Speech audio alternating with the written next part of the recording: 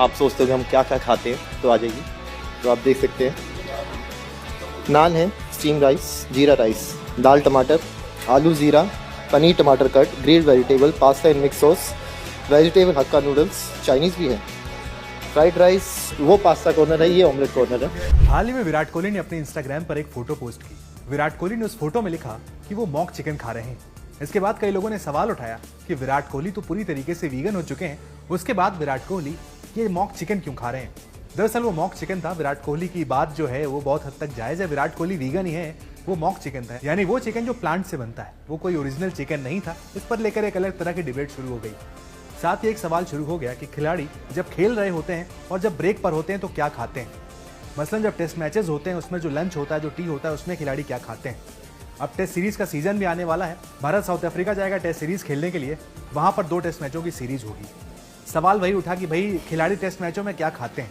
2 घंटे के सेशन के बाद पहले लंच होता है, उसके बाद टी ब्रेक होता है। लंच में खिलाड़ी क्या खाते हैं, टी में खिलाड़ी क्या खाते हैं, ड्रेसिंग रूम में उन्हें क्या परोसा जाता है। फैंस के मन में कई तरह के सवाल उठ गए।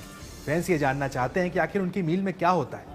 क्या खिलाड़ी भी हमारी तरह आम खाना खाते हैं, दाल रोटी चावल ही खाते हैं, नॉन वेज खाते हैं, या फिर क्या कुछ अलग खाना खिलाड़ियों को परोसा जाता है। चलिए आपको बताते हैं।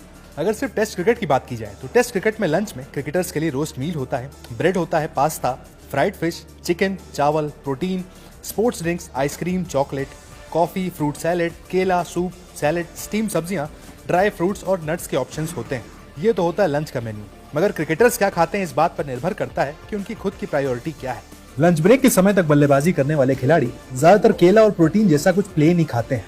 ऐसा वो एनर्जी को बनाए रखने के लिए करते हैं, क्योंकि हैवी लंच उन्हें थोड़ा धीमा कर सकता है। इसको आप इस तरीके से समझ सकते हैं, जो खिलाड़ी उस वक्त बैटिंग कर रहा होता है, यानी जिसको अगला सेशन फेस करना होता है, वो उसके हिसाब से मील लेता है। जो खिलाड़ी नहीं खेल रहा होता है, जो बाहर होता है टीम से, या फिर उसकी बैटिंग उस वक्त नहीं आई होती है, वो आउट हो चुका होता है, या उसकी बैटिंग आने में वक्त होता है, वो एक अलग तरीके की मील लेता है। लेकिन जो वहां पर स्ट्राइक पर होता है, वो अलग तरीके की मील लेता है। इसके बाद सवाल आता है, बल्लेबाज और गेंदबाज, क्या दोनों की डाइट अलग अलग होती है? बिल्कुल अलग अलग होती है। टेस्ट मैचों में लंबे लंबे स्पेल्स करने पड़ते हैं गेंदबाजों के। कई बार तो 15 से 20 ओवर का स्पेल एक गेंदबाज करता है, उसकी डाइट अलग होती है। गेंदबाज भी बल्लेबाजों की तरह ही लंच करते हैं, जबकि बाकी के खिलाड़ी ज्यादा खाने के लिए फ्री होते हैं। बल्लेबाजी कर चुके या उस समय बल्लेबाजी ना करने वाले फील्डर्स के पास खाने के ऑप्शन ज्यादा होते हैं। खिलाड़ियों के लिए दाल के साथ पकी हुई सब्जियां और सलाद के विकल्प होते हैं। लंच में एक मीठे का विकल्प भी होता है जो काफी लाइट होता है।